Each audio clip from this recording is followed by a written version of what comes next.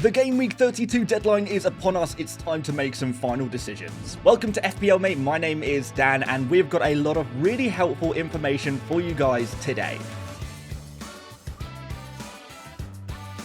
So coming up in today's video, we're going to have a look at the team and injury news coming out of all of the press conferences this week. We're going to make some predicted lineups on both Arsenal and Aston Villa this week using fan information, rotation and minutes information and much more. We're going to have a look at some of those other rotation worries that you guys might have for your FPL teams. We're going to talk about the triple captain and bench boost, whether you should play it this week, next week, or if there's any other opportunities in the future as well. And finally, we are going to have a look at some wildcard drafts. If you're on a wild card right now, whether you have a free hit later or not, we've got you covered, and maybe give you some inspiration, even if you're not on a wild card right now. And finally, yes, goal scorer odds finally is what we're going to do today. So lots of things to cover, guys. This is going to be super useful no matter who you are. Let's get started. So let's go through these main team news headlines for this week. First of all, Saka and Rice have been passed fit following the midweek Champions League game.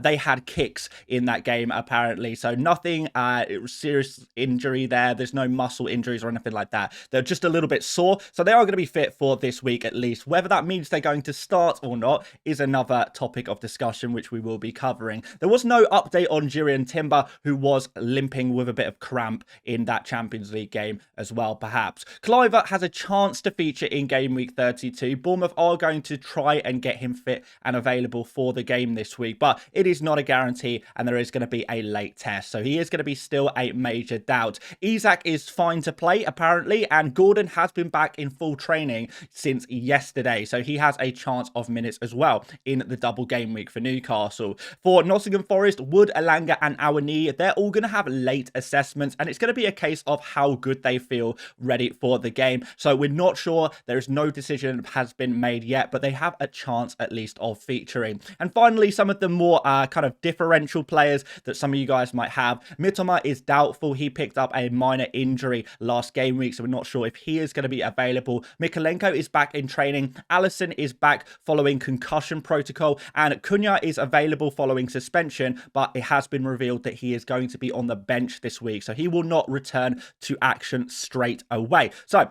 let's go through Arsenal first of all, and this is the predicted lineup I have for Arsenal. Now, I do appreciate that some people may have some slightly different opinions on this one, and maybe it's not all good news, particularly if you are a Saka owner, but this is what the general consensus among Arsenal fans and also the journalists seem to be around Arsenal this week. And we're looking at a front line of Sterling, Trossard and Nwaneri. Both Trossard and Nwaneri haven't had too many minutes recently and are deserving of those minutes too. Sterling is a player who is maybe slightly higher risk, and we could see the likes of Marino play up front with Trossard on the left, or we could potentially see Saka come in here as well as the third Arsenal of their front three at least, although Saka obviously would be playing on the right, and we would see Nwaneri maybe move to the left-hand side in that instance. In midfield, Marino is high risk for this game week, but I still think he is probably the favourite to start this week. Odegaard is medium risk, but he was rested against Everton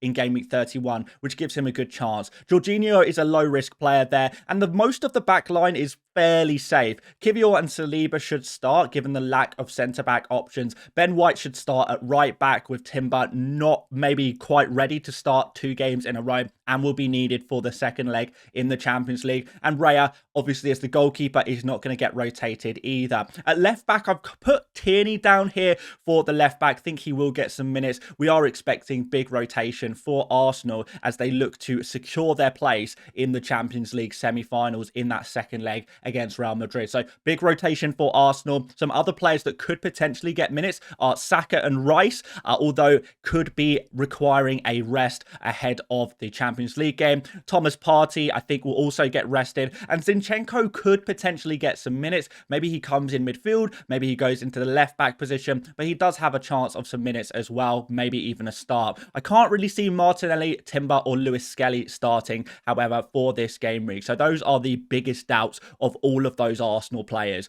So that's what I've got right now. Let me know, guys, what your opinions are on the Arsenal side for this week. Who do you think is going to play? Who do you think is going to be rested? But currently, Saka, I don't think he has a super high chance of starting starting against Brentford, according to pretty much everyone. I think most people agree on that one at this particular point. As for Aston Villa, they play against Southampton. So this is a big game, a big opportunity to get some nice big FPL points, if only we could guarantee who would be starting. So let's start in the defense this time. And I think most of the defense looks pretty straightforward. Martinez is low risk. He should start this game. In left back, we're going to see Maatsen start most likely. A lot of the Aston Villa guys do think that Digne is going to be the Champions League left back and Maatsen will be the Premier League left back, at least for the time. Mings, it looks good for a start this week as well. And Disasi is probably going to get the nod ahead of Konsa this week, with Garcia at right back instead of Cash. But we could see Konsa come in at the right centre back position or the right back position as well. There is a chance of that. The midfield looks pretty straightforward this week. Tielemans and Onana are going to be the two holding midfielders there. Tielemans really important to the way Aston Villa set up, and Onana will provide Kamara a nice well-deserved rest. Asensio did not start in the Champions League, so he is good for a start this week, we think. And on the right wing, Marlon, also pretty low risk here because he is not even in the Champions League squad. So we're expecting him, with his good Premier League form, to start again in the right wing position against Southampton. Now, as for the final two positions in this team, I think this is where things get really risky, and that is Watkins and Ramsey. Now, Ramsey is maybe the more likely to start out of all of the kind of left wingers that Aston Villa have in their team. You could say Rodgers or Rashford could play in the left wing position as well, given that Rodgers plays pretty much every game for Aston Villa and Rashford also been in very good form. However, Ramsey was subbed very early in the Champions League, where Rodgers played the full 90. So in that sense, a lot of Villa fans and pundits are predicting Ramsey to actually get the nod for left wing this week. But that is a high risk position, and I can definitely see Rodgers or Rashford potentially starting there as well. I just think Ramsey seems to be more likely. And Watkins is a bit of a controversial one as well. Now, although Watkins didn't start in the Champions League, Rashford kind of struggled in that game. And therefore, a lot of Aston Villa fans seem to think that Watkins is going to start the second leg of the Champions League. And therefore, it could be actually that Rashford gets the nod against Southampton. So Rashford plays in the central striker position and Watkins is rested, ready for the Champions League game. Now, obviously, Watkins is a player who has been carrying some injury issues throughout this season, which is why I don't think it's a guarantee that he would play both against Southampton and against PSG in the Champions League. So that is why Watkins is slightly higher risk there. So Rashford, again, could come in the central striker position. And in that sense, it could even be that Rashford is just as likely to get minutes as the likes of Rodgers, maybe Ramsey. But different opinions here. Some Aston Villa fans saying Watkins striker, some saying Rashford striker. For the record, if we're comparing, Rodgers and Rashford to the likes of Saka, I do think both of Rodgers and Rashford have better chances of starting for Aston Villa this week than Saka does. So I think that is maybe worth noting if you do own Saka and maybe a Rodgers or a Rashford at the same time. So that is what we've got for you for the Aston Villa predicted lineup. Again, I don't think too many people are going to be happy about this. I know a lot of people will have the likes of Rodgers and Rashford in their team, maybe even Watkins in their team, Konsa as well, and they will be looking at this thinking, I don't agree with you, Dan. This is not what I wanted to hear. Tell me what I want to hear. I'm so sorry, guys. All I can do is really report on everything that I've seen, and I've done a lot of research into this because I have Konsa in my team. I have Rashford in my team. This is very important information for me as well as you guys. So for me, I am going to be benching Konsa in my FPL team, and Rashford, I think I'm going to start him ahead of Saka, but I don't think it is a given that Rashford starts, and I think the same situation is true for the likes of Rodgers. So, sorry guys, not the news I know a lot of people wanted, unless you don't have Aston Villa players, in which case you're probably quite pleased to see that so many Aston Villa players are super rotation risk. I think the problem with Aston Villa is they do play so many games. They've got the second leg, they've got this Southampton game, the second leg of the Champions League, then they've got a double game week in 33, and then they've got the FA Cup game after that as well, all whilst they're still trying to compete for Champions League football. The Southampton fixture this week is just simply the easiest game and the least important game that they will have for months.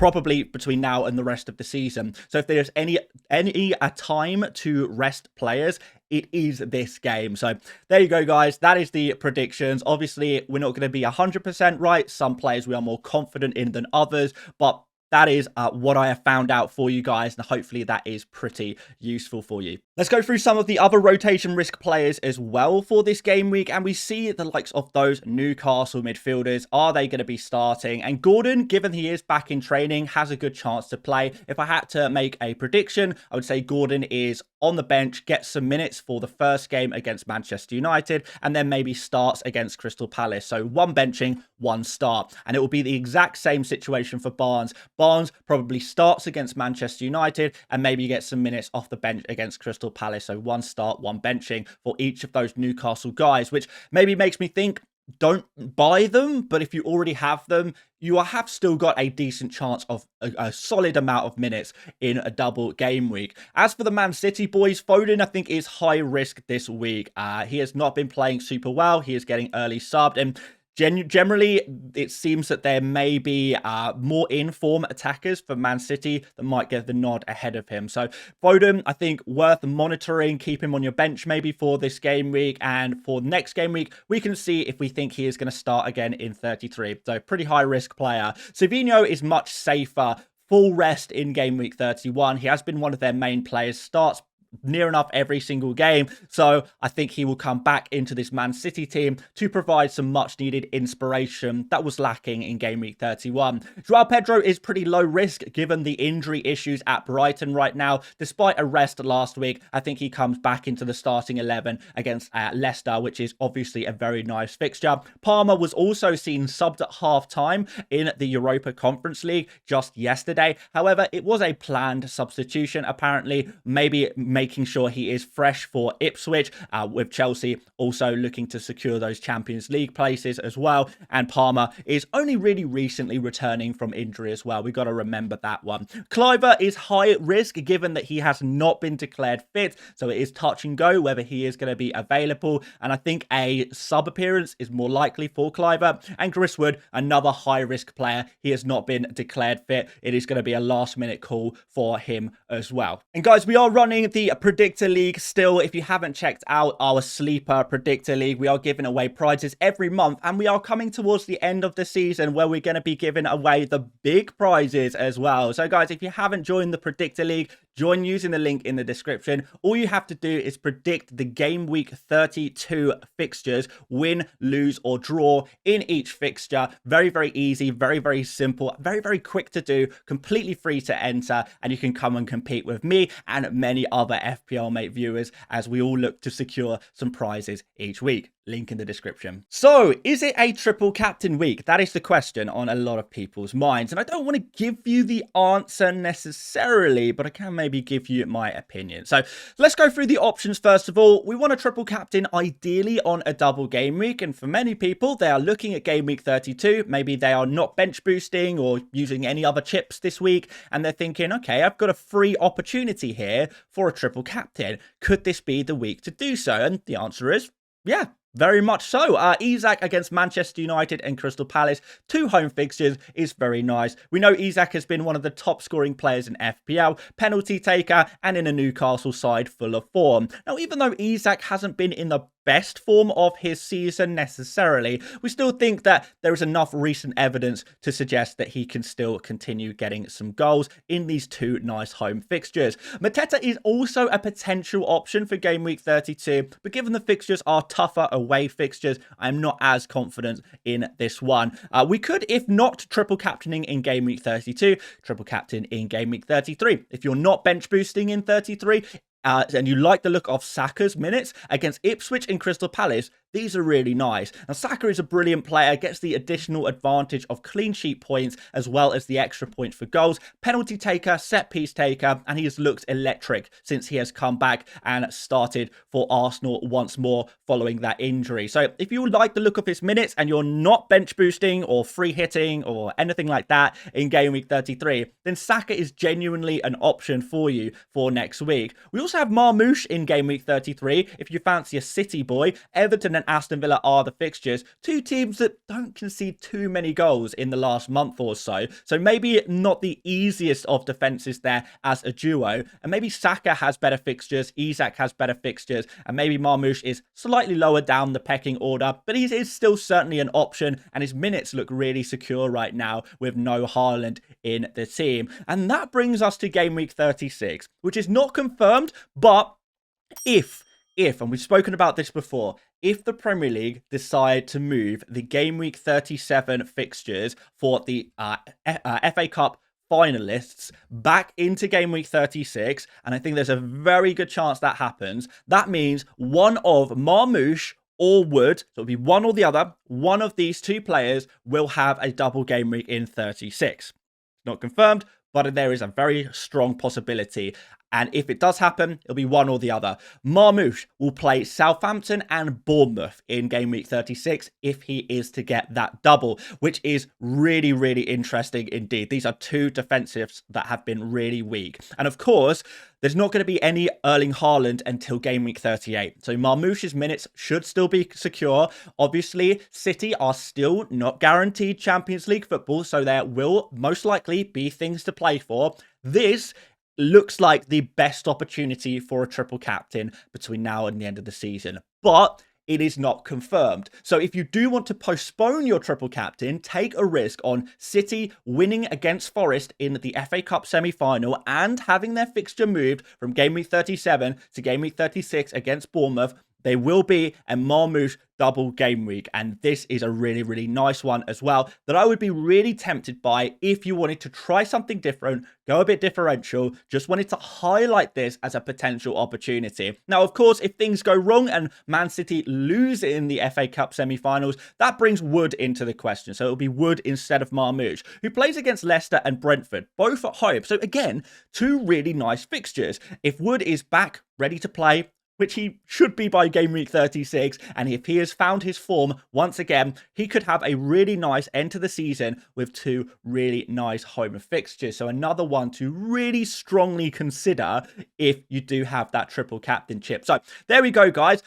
Game week 32 on Isak seems like the safe and sensible option, but I wanted to just throw it out there that he is not the only option. There are other players you could go for, and particularly if you are part of the chasing pack, I would definitely consider holding off and seeing if you can go for Marmoush. And if that goes wrong, maybe Chris Wood there as well. So one to think about, guys. One to consider.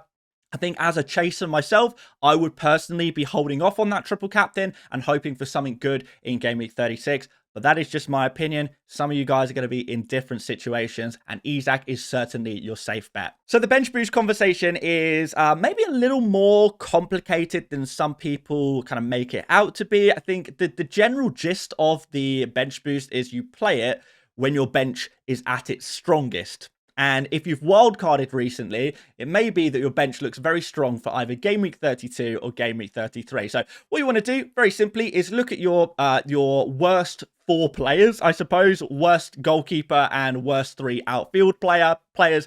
Do that combination of players look worse or better or worse in game week 32? Or I could do it again for game week 33. When does your bench look stronger? When are your worst players in your squad at their best? Is it 32 or 33? And it could be as simple as that when deciding to bench boost. And really, guys, without seeing all of your benches, it is so difficult for me to say, yeah, this is the week to bench boost. That is the week to bench boost. Because you guys are going to have such different benches from one another. I cannot possibly cover them all. But guys, if you do want to leave a comment just telling me your bench for game week 32 and what your bench would look like for game week 33, tell me both of them and I will try and help you guys out on what I think looks like the better bench boost. So I will try and help you guys, but I do need the information before I can do that. I can't just answer simply which is the best week to bench boost, because it is so team dependent. You could also, of course, bench a boost in game week 36. I don't like this one as much because you're not going to get fixture confirmations until game week 35. So to plan for a game week 36 bench boost is going to be so difficult unless somehow you are wildcarding in game week 35, which is a bit of a crazy strategy in itself. Due to the lack of doubles, there's not too many big double game weeks this season. You could also maybe use it on a single game week. Game week 32 bench boosters probably have just a load of single game week players anyway. So there could be another week where your bench actually looks stronger in the future. So one to consider. And other considerations here, game week 32 may have more rotations than game week 33. Much more rotation risk players this week than in game week 33. So maybe a little riskier there. And a game week 33 bench boost may use up more transfers. You might have to make 2-3 transfers in game week 33 to get your bench looking good. How much do you value those transfers? Is it worth just bench boosting in game week 32? And even though it might score less points than your game week 33 bench boost, you may be up on transfers, which you could use later on in the season as we look to double game week 36 and blank game week 37, which are going to require a lot of transfers to navigate if they do happen. And your bench boost, remember, is mostly about defenses. It's going to be, in most cases, a goalkeeper, 2 defenders, and the other guy will be a midfielder or a forward. So we're looking for clean sheets, really. Which of your players has the best clean sheet fixtures, and when do they have those fixtures? Is it now? Is it next week? Could it actually be later on in the season? You guys will have to find out for yourselves. And final warning, if you did not plan your bench boost, then don't feel like you have to be forced to use it in game week 33 or game week 32, just because you see a lot of other people doing it. If you're not well prepared for a bench boost now, don't just blindly do it. I'll definitely give that piece of advice to you guys. Of course, your bench might still look great for game week 32 or 33, even if you didn't plan for it. And if that's the case, fine, but I just don't want you guys to feel like you are forced to do it just because you see so many other people doing it. I've made a game week 32 wildcard, so assuming you still have your free hit and you plan to use it in game week 34, I think the best wildcard team, or just maybe the best team in general, looks a little something like this. Maybe Raya and Martinez as the 2 goalkeepers, a defense of Saliba,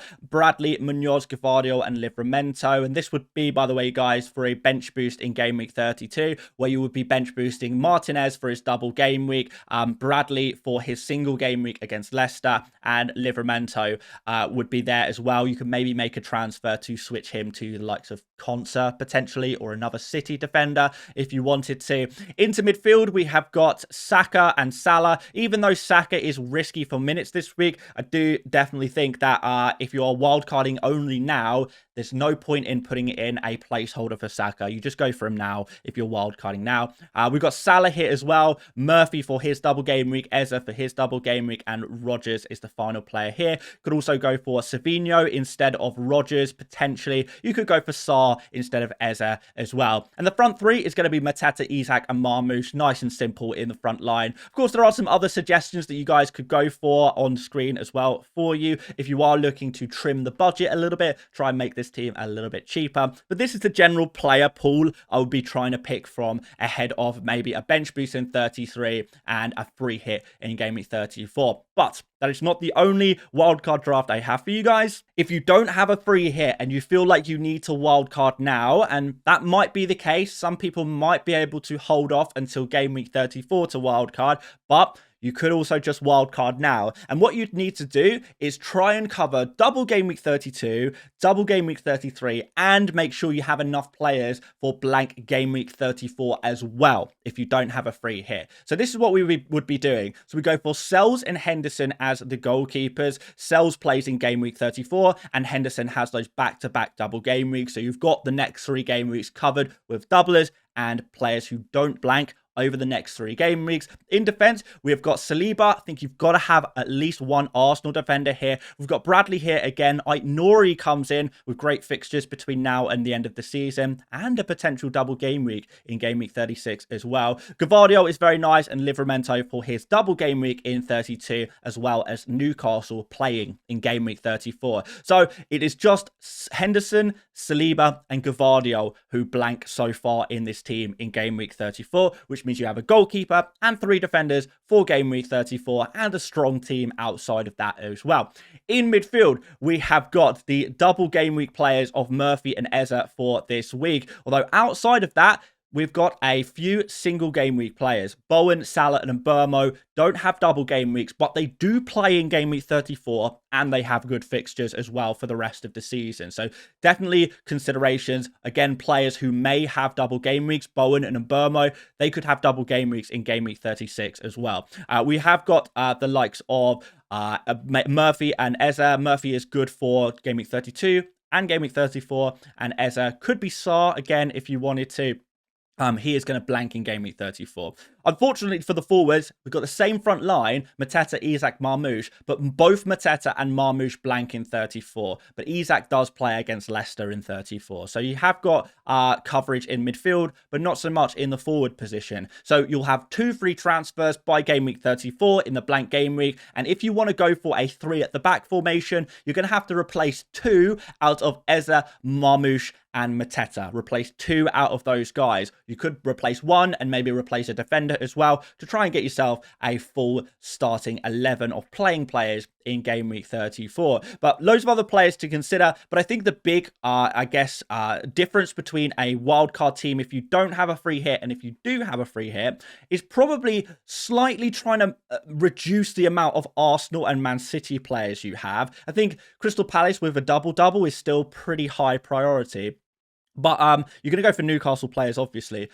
Little bit of Arsenal, little bit of City, as we mentioned, but no Aston Villa. Aston Villa expected to rotate in 32. In Game Week 33, their double game week is decent, but it's not anything amazing. They blank in 34, and they have so many fixtures. There's so much rotation risk with those players that if you're not free hitting in Game Week 34 anyway, and they're just going to be more blanking players, is there as much value in taking a risk there on Aston Villa players? And I think the answer is probably no if you don't have that free hit for Game Week 34. So this is our team for Game Week 34 for if you are wildcarding or maybe a team you want to work towards. Right now, if you don't have that free hit for Game Week 34, I think it could work out really, really well, even if there isn't quite as many double Game Week players. I guess it's just the game when you have got a double and a blank back-to-back with so many of the same players, well, pretty much all of the same players who double in Game Week 33 will blank in 34. It's the same group of players. It's difficult out there, guys,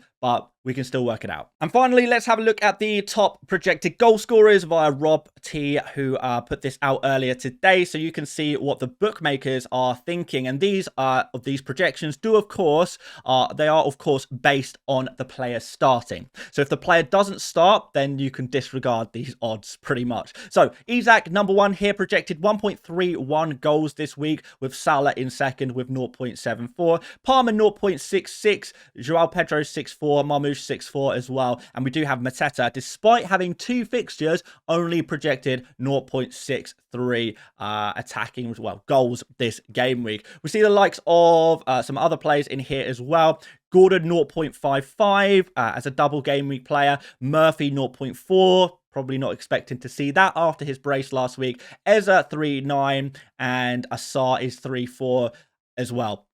So lots of different options for this game week, guys. You can pause the video, read through it if you would like to as well. Interestingly, we don't see Rodgers here at all. Rodgers is not in the top projected goal scorers.